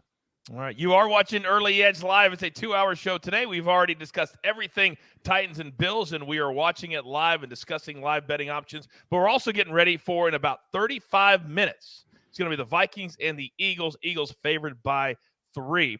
Top of the hour, we'll do another VJM. We'll do another donkey. We will continue to try to educate you on live betting because I don't know about you, but I'm having a ton of fun doing this. A ton of fun. Alex, what do you got? Yeah, regarding Crowder's usage and role so far in this game, last week, actually, he wasn't on the field a lot in the first quarter, even the first half, very much. It was the second half where he started playing over Isaiah McKenzie. So perhaps we could see something similar again this week where perhaps he's on a snap count or, his role might expand or increase as the game moves along. So, yeah, it's just something to pay attention. Not necessarily, I think he's still pretty live even at his current numbers. So. See, there's some people in the chat that think they should have kicked the field goal there. I mean, it's 4.5 a yard. You got to show your team that you have confidence in them. Yeah, I mean, I just hate seeing. I mean, this is kind of an old school comment, but we saw it last night on Sunday Night Football where it's 4th and 1 and you line up in the shotgun. I know it's Josh Allen. You should probably get it anyway. But if it's Josh Allen, you could probably move the pile, I don't know, the 6 inches you need to get the first down. So I always sort of question that maneuver. I don't think the Titans were really, I mean, they kind of came on a zero blitz, but I don't think they were really worried about the run because the run's been shut down the whole game. So they were probably expecting Josh Allen to keep the ball, and he's already 5 yards behind the line of scrimmage. I like the 4th down call to go for it, but I don't like the call itself. I love that. Mikey, what do you have? Just huge penalty there. The massive difference between 3rd and 6 and 3rd and 1 after basically getting that stop. So very interesting numbers watching live. I think the biggest opportunities right now, especially if they convert this first down, is going to be Jamison Crowder and Isaiah McKenzie. You can get them both under 20 yards for their live in-game player props. Both of those guys are likely to still have 20-plus yards receiving in this game because we're getting closer and closer to a game script where Buffalo is going to be in a competitive game where they're going to be throwing the football around quite a bit. They've made it obvious they can't run the ball. And like I said, right now you can get Crowder 17.5, Isaiah McKenzie 20.5. I think that those numbers are strikingly similar to where their longest reception prop was to begin the game. So if you think they can each grab one catch, they're getting dangerously close to must plays considering the game script. See it to your point. Tennessee just did what you suggested, and they got the first down. Tannehill started in the shotgun, went up, got under center, hiked it, and then sneaks at 1 yard, and the defense wasn't ready. They weren't ready. Your was a great point that you made. We saw it with Justin Fields last night. The Tom Brady, Drew Brees method seemed to work over the last 20 years where they just line up under center and they push their feet forward for 2 seconds and they get the first down. All right, while we're at commercial, I want to do the donkey right now. We already had 2 from earlier, and we've got another donkey for this game. And I love this live sweaty, so I want to get it in during the break so people have a chance to bet it and then still pay attention to the game. So, Mikey, if you don't mind, sir. Yes. All right. This is a brand new donkey for this. It is not up on Sportsline. It was just created with the sounder. It was just created a few minutes ago because everything I had that's on Sportsline was a combo for everything today. But we got 5 legs on this donkey. The payout is plus 370. This one was placed at DraftKings. We're going over 39.5 total points in the game. Dalvin Cook over 59.5 rushing yards. A.J. Brown over 59.5 receiving yards. Dallas Goedert over 29.5 and Justin Jefferson over 79.5. Taking alt lines on all of those players, all 3 of them. It's Dalvin Cook, A.J. Brown, Dallas Goedert, Justin Jefferson, plus 370 on the payout as Jeweler has it on the screen. Yeah, because he is the absolute very best. Dennis in the chat said, best show ever. Dennis, all we care about is educating and entertaining. We try to keep it simple, and that's why we're growing in leaps and bounds. We don't try to do anything dumb. We just try to have fun and educate you a little bit. Now, Jeweler, what do we got? Coach, I just wanted to pop in and say, people, if you're appreciating this in the little live betting format, hit the like button, leave comments, tell your friends about us. Let us know that it's working for you so that we can then go tell the bosses that you guys like this live streaming format more. I think the information is super valuable, just as valuable, if not more precious than what we do pregame. So I agree. Let us know if you like it. I agree. Those comments are so important. We can't give away everything yet, but I've never told you anything at home watching the show that I haven't delivered on. And I promise you, I'm doing this show right now from my kitchen because I have a great studio. Why am I in my kitchen? I can't tell you that yet, but I promise you, if you hit the like button and you leave a comment, it's going to help what we have coming, and it's going to be awesome. Absolutely awesome. All right, Ryan Tannehill goes down on first down. Big-time sack by that Bills defense on the first play of the second quarter. Now, gentlemen, we've just crossed the top of the hour. It's 8 o'clock in the East, 5 o'clock where I'm sitting on the West Coast. 30 minutes, 29 to be exact, from kickoff of the Vikings and the Eagles. Eagles -3. The over's been around 49.5. So let's get back to that game while we continue to keep an eye on this live game. Alex, I got to come to you because we've been talking about Dalvin Cook, but we really haven't said, do we want to play his combo number, his rushing number, his receiving number is 19.5. Do you like anything that much that we could get on Dalvin Cook based off of what we talked about with Justin Jefferson? I like everything that includes his rushing line. So really I'm looking at his rushing prop, which is my favorite. And then I also like his combo line because we're getting such a discount on the rushing line. I really feel like this should be in the high 70s or even the low 80s. I think this is a much better matchup than most people think. He also was heavily involved as well in the passing game. I anticipated Alexander Madison having a bigger role there, but yeah, Cook was utilized quite a bit. received quite a few targets. So yeah, if he's going to continue to have that same sort of usage, then certainly I think his combo line offers a nice bit of value. However, just under 70 yards or at 70 yards is just such a low number when we're talking about a guy whose rushing attempts line is sitting at 17 or 17 and a half, and there's a great chance he gets 20 carries. So just had to bite here. But yeah, I think it trickles down or trickles over to the combo line. As far as his pure receiving line, I can't emphasize this enough. I think running back reception props are just very, very, very volatile. They're a little bit of dart throws, especially guys who don't have necessarily the target floor that an Austin Eckler, that a Christian McCaffrey, that an Alvin Kamara do. So I try to avoid them, and I'm going to take my own advice and encourage you guys not to as well.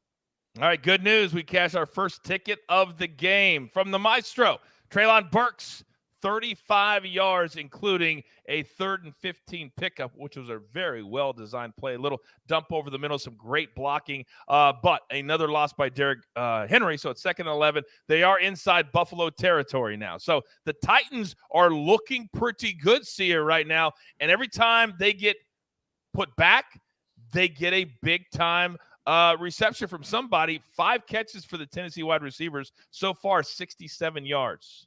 Yeah, and they just broke another play as well, which forgive me, but you asked me the question. I guess I'm a little ahead, so I won't do that again. But Please. you know, the flag on the play. We'll see what happens. But 3rd and 15, Ryan Tannehill. You know, it's such a signature of a well-coached team. Like, credit to Vrabel. He throws a little, shallow crossing route to Treylon Burks to cash the Maestro's ticket, and there's like a wall set up. Yes. They even got that wall was set up not just by the receivers, but by the rookie running back Hassan Haskins, Derrick Henry's backup. He puts a great block out there too. And 3rd and 15 seems like an easy conversion for this team that really doesn't have the weapons to do that. So it's impressive. We have a face mask penalty, which is going to set the drive back a little bit. But that was what was that, about a 25-yard gain that they just lost? Yeah, something like that. Yeah. Yeah, so it's all the way back now, Sia, at the 38 of Tennessee. They would have been down inside the 25. That's about a 40-yard difference because of that face mask. And it's 2nd and 26. So this is the Bills have had some huge penalties. This was obviously a pretty irresponsible, huge penalty, given that it was a face mask of all things. So, obviously for me, I'm kind of hoping that this is a drive ender, but I am so impressed with the Titans. I guess this is what we expected from a gritty team, of Vrabel type team. Yeah. And we'll see what happens if they can stand it, like Mikey said, if they can keep going, because the Bills will not be shut out. All right, so it's going to be 3rd down and big there. So it's about 5 after 8 o'clock. So we've done the donkey, but I'm still a little bitter about the VJM. But we've got 2 chances. And I do believe that even on a Monday night, it's going to be like a shout back, Alex, to my WWE days. We used to open clubs on Mondays when they weren't even open, just for us. And the Bills do get the stop, so the Titans will be punting. All right. Yes, sir. 2 things I wanted to say. We just got a Kyle Phillips reception. That's 1 for us, Coach. Need 2 more. Second, I'd give anything to go back in time, hang out with you, Coach, be at one of those clubs that opened up in your WWE days just for royalty like yourself, Coach. So, I'd love to hear more about those stories off air. One of these days, we're just going to come on for an hour. We're just going to tell WWE stories because they are amazing. But this is about the VJM. And this is about getting into the club. So, Alex, I'm going to let you start. Who do you like to score the first touchdown? It has to be plus 1,000 or higher. Vikings, Eagles, talk to me. Yeah, Coach, I like a guy known as Adam Thielen plus 1,100. Listen, if you looked at Adam Thielen, say you just changed his name to, say, I don't know, Darren Waller or something like that, all of his statistics look exactly like a tight end's, whether it's his ADOT, his red zone usage. The guy profiles so similarly to a tight end, just he plays the wide receiver position. It's kind of like the opposite of, say, a Kyle Pitts, who's really a wide receiver playing tight end. But so Adam Thielen is just a guy who's been phenomenal in the red zone pretty much his whole career, particularly over the last 3 or 4 seasons for Minnesota. Did not expect to get this one. under our threshold of plus 1,000. So, yeah, I think Adam Thielen is still one of the best red zone weapons in the NFL. Kirk Cousins trusts him, especially when he gets within 10 or 15 yards as well. That's why I'm going with my guy, Adam Thielen. Alex, when you sent this in, I literally went straight to the odds. I said, there is no way that Alex picked him, and he's 1,100. I said, there's no way. And you were right. He was plus 1,100. I can't believe it. Coach, that's that same thing I offered with Jamison Crowder. I'm extending it to Adam Thielen as well. If he does score the first touchdown, I will pick one lucky Sportsline subscriber. They will get 25% of the profit earned on him if he scores the first touchdown. Very interesting. Which brings up our next point. Is the jeweler going to do the same thing for the second game that you did for the first?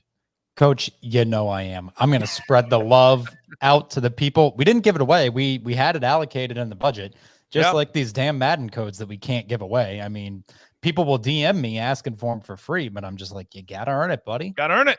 Got to earn it. So everyone comment your VJM pick. Make sure you leave a Venmo handle. I'll select someone. All right.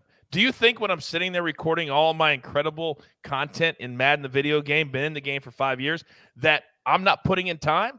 I don't get those codes because they just say, hey, coach, we're nice. I've earned them. So people at home have to earn them. And it's always the people that have never interacted with any of our stuff, don't follow any one of us that ask for them, that are begging for them.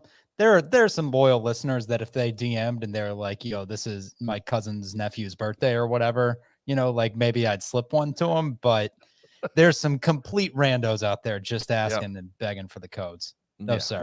We're keeping track of everybody and everything. All right. So put in who you like. If jeweler likes your selection, it's got to be plus 1,000 or higher. He will pick you. We will name you, and you will be a part of it and get $100 if they score the first touchdown of the game. See ya. You're up. I got to say, Reggie Gilliam being the first touchdown scorer sort of inspired me to maybe change my pick to somebody random. Reggie Gilliam, undrafted free agent out of Toledo. So I'm just gonna say this: sprinkle a little on Johnny Munt, who's going to be sharing snaps at tight end for the Minnesota Vikings. Irv Smith still working his way back fully into the rotation. He is 30-1. It's just a little sprinkle. It's not a club entry pick here, but I do like Johnny Munt at 30-1. I'm going to go with Dallas Goedert, though. I do think he's going to get a lot of targets in this game. I think he's going to be a safe target for Jalen Hurts, particularly with the coverage, the zone coverage that we're going to see from the Minnesota Vikings. They are going to keep things underneath them. That is going to, I think, funnel passes and targets to Dallas Goedert. He will be your first touchdown scorer at plus 1,100.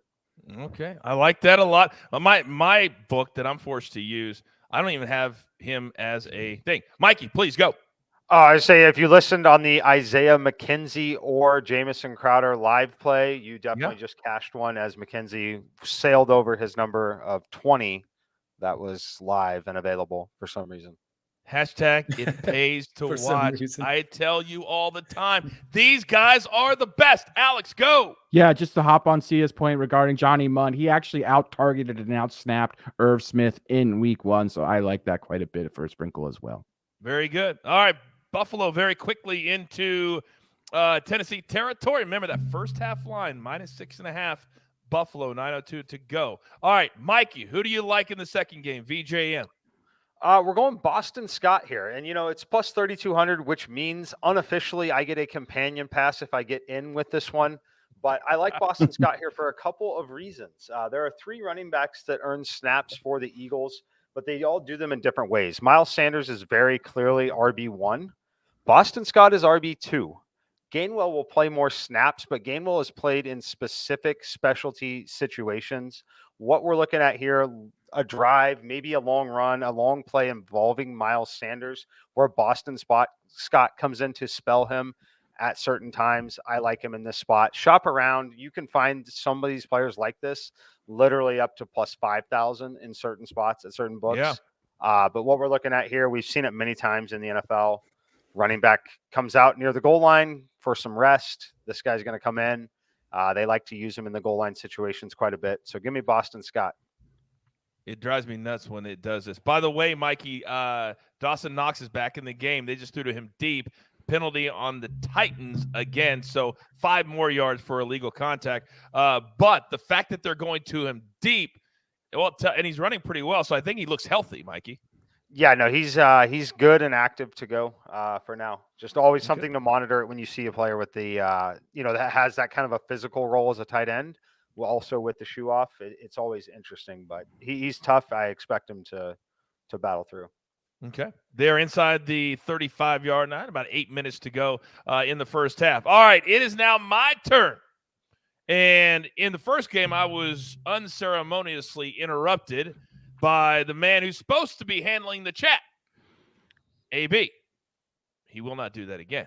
So I'm going to go KJ Osborne. Now, he's not a guy that gets a lot of targets. He's not a guy that gets a lot of yards. He's just not a guy because they have Jefferson and Thielen. But when you get down inside the 20, gentlemen, they're going to be double-teaming Jefferson. They're going to be double-teaming Thielen. So I love it, plus 1,000, which tells me, Alex, that the books think my pick is better than your pick. Coach, I will. I think Adam Thielen is far and away, Coach, a better shot to score a touchdown. So if anything, that to me just says it's mispriced, not necessarily a better chance, Coach. You never want to give me anything. I can't, Coach. I can't, Coach. Nothing. All right. Okay, down to the 26. So it's going to be 3rd down and 1. So see ya. It's going to be another situation here that we just talked about. What will they do? Will they get smart and put Josh Allen at 6'4", 240 pounds, right under center? I bet they put him in shotgun. But I think. Oh, actually, I'm wrong. I don't want to say anything. Yeah, you're like 12 seconds ahead. Yes, I know. All I'm saying is he's not in shotgun. Normally, I have a TV on too, but because of my situation, I have to watch on laptops. That's why I'm a little bit behind all of you at home, and I apologize for that. Little play action and a horrible throw by Josh Allen. Had a guy wide open, throw it into the dirt. He threw it literally straight into the ground. So it's going to be another 4th and 1. It'll be the 3rd one for the Bills here in the first half, and they got stopped on the last one. I mean, this guy was wide open. Who was he throwing it to? Kumaro. Yeah, okay. It would have been an easy first down. So now we'll see if the Bills can convert again. Because right now, like Mikey said, it's a very, very competitive ball game. Coach, it doesn't matter who he's throwing to. Also, Jeweler, I'm so glad that you kept that screen up. All right, we're going to go Alexander Madison here of the Vikings. You were speaking about RB1s, RB2s. We're going to go RB2. It's going to be a specialty role, plus 1,500. You guys are having a fantastic show. Do you like being employed, AB? That's all right. While you were ruining my flow, there is a big flag on the field. By the way, AB, you're doing a great job in the chat. All kidding aside, we got you covered top to bottom, and we could not. I mean, the crew always shows up on these primetime shows. Now, who are they blaming? Oh, false start.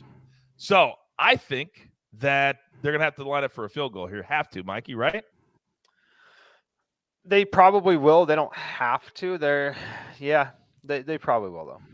Yeah, it's going to back it up to about the 31, and it was an illegal or a false start. So 7:25 to go, and now all of those Bills fans that were hyped before the game, seeing that we're ready to go, it's going to be 40-0.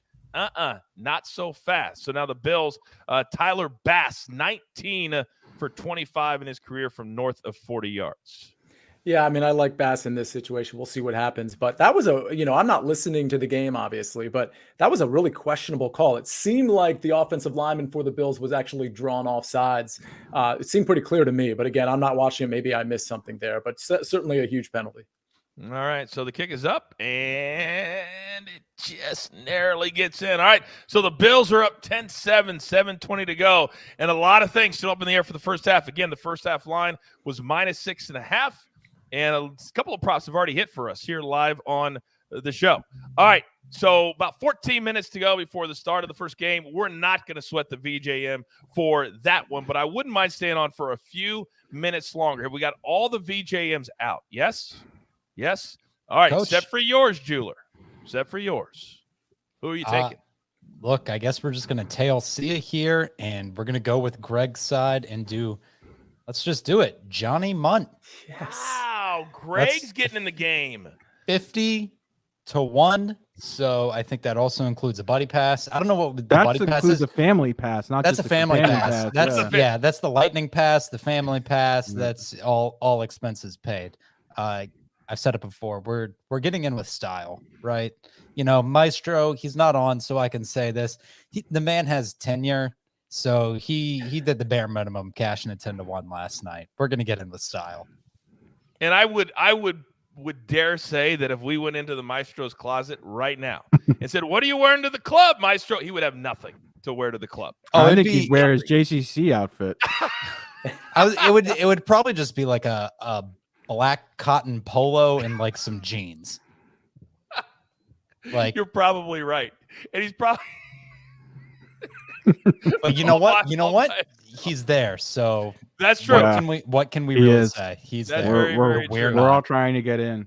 All right. I think we probably exhausted all. We've done all the props. We've done all the bets. We've done the VJM. I would like to do the donkey one more time, give people a chance to get that in, and then I think we're going to call it a day at 10-7. So, Mikey, if you don't mind, sir, one more time on the third donkey of the night, please. Yes, the new donkey here for this game. We're going over 39.5 total points in the game. And then we're taking 4 player props over on their alt lines. It's Dalvin Cook over 59.5 rushing yards, AJ Brown over 59.5 receiving yards, Dallas Goedert over 29.5, and Justin Jefferson over 79.5 plus 370. I love it. Leave it up there for a second. Patrick in the chat said, I would watch this show during any NFL or golf event. Thank you, Patrick. We're trying to get there. We're trying to get them to say yes. Then Aaron says, recap, coach. I'm so glad you asked. It's been about an hour, and it's flown by since we did our best bets for this game. Some of you weren't here. So, Jeweler, let's put up that best bet recap one more time, and let's go around for anybody that has a play in this game. Quickly recap it. Tell us why. See you. Let's start with you. Yeah, as everybody knows, I have the Bills -10 here. Doesn't seem like a super favorable number considering they only have a 3-point lead, but long way to go. The live line right now is 7.5 for the record. Not something I would take personally. And then, of course, in the other game, I've got Vikings +3 and Dalvin Cook over 70.5 rushing yards. So Vikings +3. Alex, anything you would like there? Are you on the other side Regarding the Vikings and Eagles? Yeah, I'm just throwing it out there. Just as far as the game concerned? No, he's saying I like the Vikings. I like the Vikings. Yeah. Okay. I was trying to sucker you in. If you want the Eagles, coach, I'll take the Vikings. No, I'm on the over. All right, Mikey, what do we got with you, big boy? We got Dallas Goedert over 45.5 receiving yards. This is played at MGM. It's still playable for FanDuel, DraftKings 47.5 over there. Look, I like the spot for Goddard. I think we see the target distribution really kind of even out. It was massively swayed in favor of AJ Brown in week 1. Not expecting quite that extreme of a distribution here in this one. I also think there's a scenario where they are trailing in this game where he becomes kind of a safety valve for Jalen Hurts. He's either going to be running himself or looking to dump passes to Dallas Goedert. Love this number here. Look, I like playing alt numbers on it too. If you like it, I would play alt numbers all the way up to 80 yards as well. Quickly, Mike, his reception prop is over 4.5. It's +130. Do you like any part of that? I do. Yeah. Okay. I'm going to play it. I always do exactly what you tell me to do. I'm predicting the line. I'll say he has 5 catches, 62 yards, and 1 touchdown. You know it's going to be 5 for 67. You guys know it is. The man's a genius. All right, Alex, what do you have in tonight's game? I've got Dalvin Cook over 69.5 rushing yards, played up to 72.5. This number is at least 5 to 7 yards too low for a guy of Dalvin Cook. He has one of the safest floors as far as usage is concerned and rushing attempts. This is also a potential shootout. Very favorable game environment for him. Love me some Dalvin Cook. He's going to get hot. Kirk's going to cook. Dalvin's going to cook. And coach is streaming from his kitchen. Dude, you've come so far, man. I'm so damn proud of you. You're so damn funny. All right, I've got 2 plays. Now, I don't normally during NFL season make plays. I leave that up to my experts. But I just felt like this needed to happen. Justin Jefferson as Alex likes to say, could have one of the biggest, if not the biggest season in the history of wide receivers in the NFL. The man only knows one thing: to be awesome. 9 catches, 184, 2 scores on week 1. So these numbers right here, he might have them by halftime. 7.5 plus 108, 95.5 receiving yards, minus 127. And by the way, the Bills get a big-time stop. 3 and out for the Titans. So the Bills will get the ball back and a chance still to cover that first half line of minus 6.5. 8 minutes till kickoff of the second game. So, you know I like to end every single show with asking my cappers what's the one thing they're most looking forward to in tonight's game. Sia, let's start with you. Well, as you asked me that question, I pull up the odds to win the NFC. I am so intrigued by this game between the Philadelphia Eagles and the Minnesota Vikings. For those of you that actually watched FFT DFS, the show Mike and I do during the off season, we had a lot of sort of predictions, futures bets. We had a lot of guys on, including Prop Stars was on for an episode, of course, too. One of the bets I really liked was the Eagles to win the NFC East. I still like that quite a bit, but I think the Eagles have a shot to win the NFC, and I certainly think the Vikings have a shot to win the NFC here. I'm not recommending any bets here. For the record, it's Eagles plus 550, it's Minnesota plus 800 to be the NFC champion. But with all that said, I think one of these two teams is going to put their stamp on this season and sort of market themselves as a contender among Tampa Bay, who's kind of wilting, among Green Bay, who we're not 100% sure about, and the LA Rams, who frankly, I don't think even really belonged in the Super Bowl last year, let alone win the darn thing. So I think it's wide open in the NFC, and I think one of these two teams is certainly going to be in the NFC Championship. I'm curious to see who it's going to be. Maybe tonight's going to be a preview. Great take. Alex, go. Yeah, hard to follow that. I think Sia hit the nail on the head. This is certainly a potential NFC championship matchup. I think these are the two best offenses in the NFC, and if they can get something out of their defenses, Eagles certainly having quite a bit of talent on paper. I'm not sure if Jonathan Gannon is going to remain the defensive coordinator for the remainder of the season, but he's got a lot of talent to work with. Cannot wait to see this matchup. Cannot wait to see what kind of identity the Eagles ultimately end up with, because I think they have a lot of options offensively, just so much talent, and we're getting to see A.J. Brown tonight, Coach, and Justin Jefferson, two of the most talented wide receivers in NFL history. Mikey, bring us home. Yeah, just looking forward to what I think should be a competitive, high-scoring game, and then also how this Bills-Titans game shakes out. Live line back to 8.5. The biggest movement's been on the total. We had the total up to 57.5 in one spot, 58. It's now down to 44.5, and could plummet even further if they don't score on this drive. I'm telling you what, this is where it's at. These are the shows that you need to watch to learn, educate, and entertain. 3 of the greatest minds in America today. That's not hype. It's just fact. And they're on our team at the early edge. And, of course, powered as always by Sportsline. What a fun 2 hours. But we're fans too. And we want to go watch the show and just enjoy cashing the ticket. So, with that being said, there's only one thing left to do. And I believe you all know what that is. You've got your marching orders. Let's take all of these Monday tickets straight to the pay window. For my entire crew, damn it, I love them all. AB in the chat. Jeweler on the ones and the twos. Prop Stars, Sia, Mikey, dropping knowledge, nugget after nugget after nugget. I am the coach. Tell all your friends. It doesn't matter the day, the time, the show. We are here for you on the early edge. Good luck.